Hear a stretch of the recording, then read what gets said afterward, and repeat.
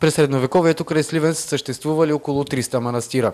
При нахлуването на турците те са опожарени и напълно разрушени. Около 1930 година храмът Свети Георги е възстановен, но с идването на демокрацията отново е разрушен.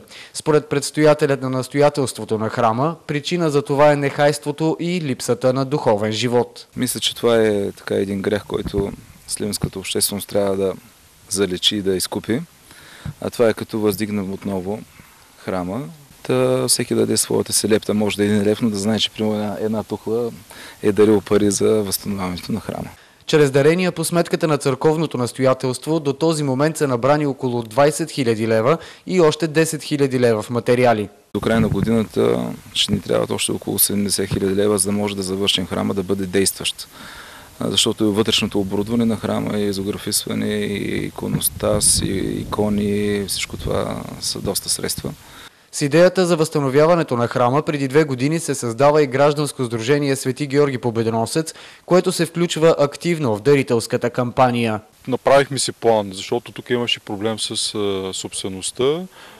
Членове на настоятелството се заеха с тази задача и документално успяхме да върнем правото на собственост на Сливенската митрополия. Оттам насетне вече се тръгне с съответните разрешителни документи, които в последствие вече отключват и кампания по събиране на средства. И така, макар и бавно, храмът е във фаза на почти завършен груб строеж.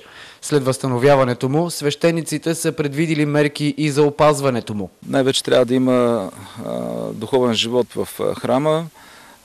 Аз съм предстоятел на настоятелството на този храм и да има редовно богослужение, където да се събират християните, а има ли духовен живот, има ли посещаемост, няма как да бъде изоставен. Църковното настоятелство се обръща към всички миряни, които могат да помогнат да го сторят, а идеята на инициаторите след храма да се възстановят и част от килиите, които са били в рамките на стария манастир.